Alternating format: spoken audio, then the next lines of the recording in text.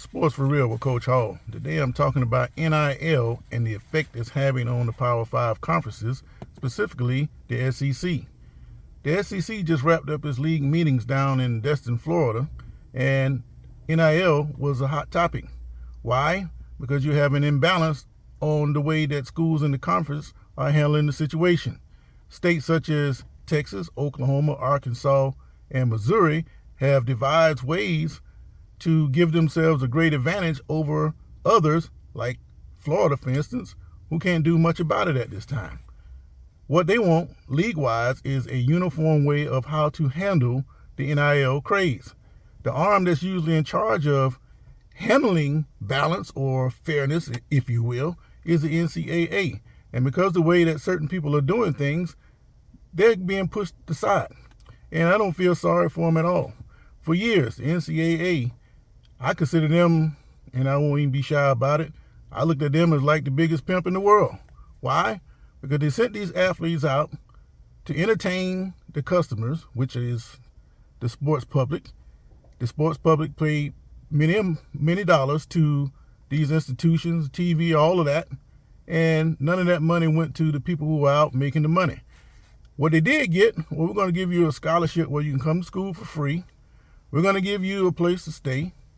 And we're going to send you out to practice under these regimented rules and schedules. Well, if you had got your grades up, you could have got that stuff for free anyway.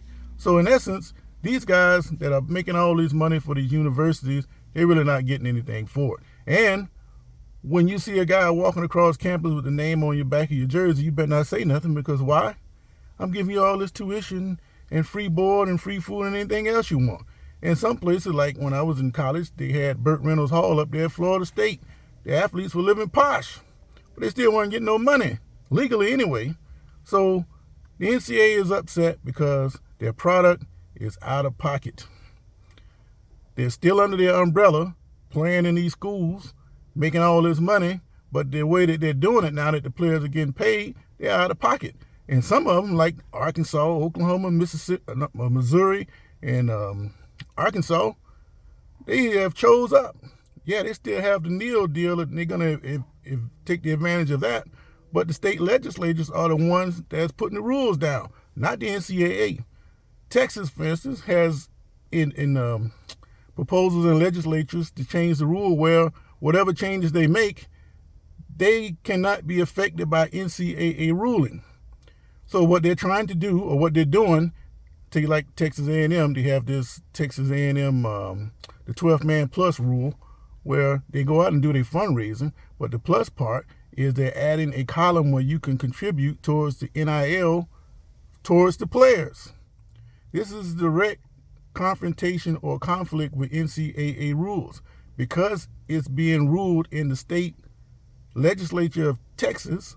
The NCAA can't do anything about it. So the NCAA, they're in bad shape.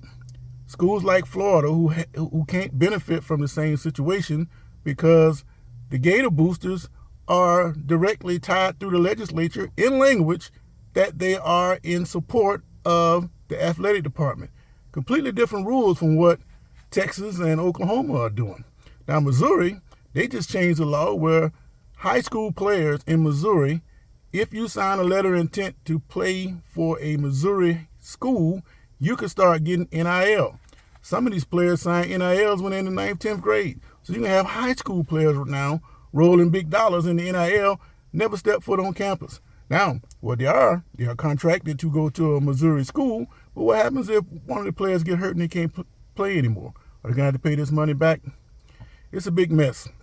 So next week, Nick Saban, his SEC commissioner, I think it's Sankey, they're all going to Washington, D.C. to lobby congressmen for federal regulation of NIL. But they're opening a can of worms when they do that. You got Title IX to deal with. There's no fairness there. You have these public institutions getting federal dollars and using it for private gain. That's not very legal. Then you have the tax issue to deal with. There's a whole bunch of questions that need to be answered. And like some of the commissioners have said, or athletic directors have said, basically what they're doing in the SEC is money laundering. And it's not just the SEC. Everybody else is doing the same thing. And it's just going to get worse from here on out. So I think that the feds are going to have to step in and regulate this. Otherwise, it's going to be out of control. But as far as the players go, this is a boon for players now. They need to take advantage of all they can while they can, because it's going to be some rule to come down to curtail it, if nothing else, to funnel the money back toward the institutions which they prefer to have in the first place.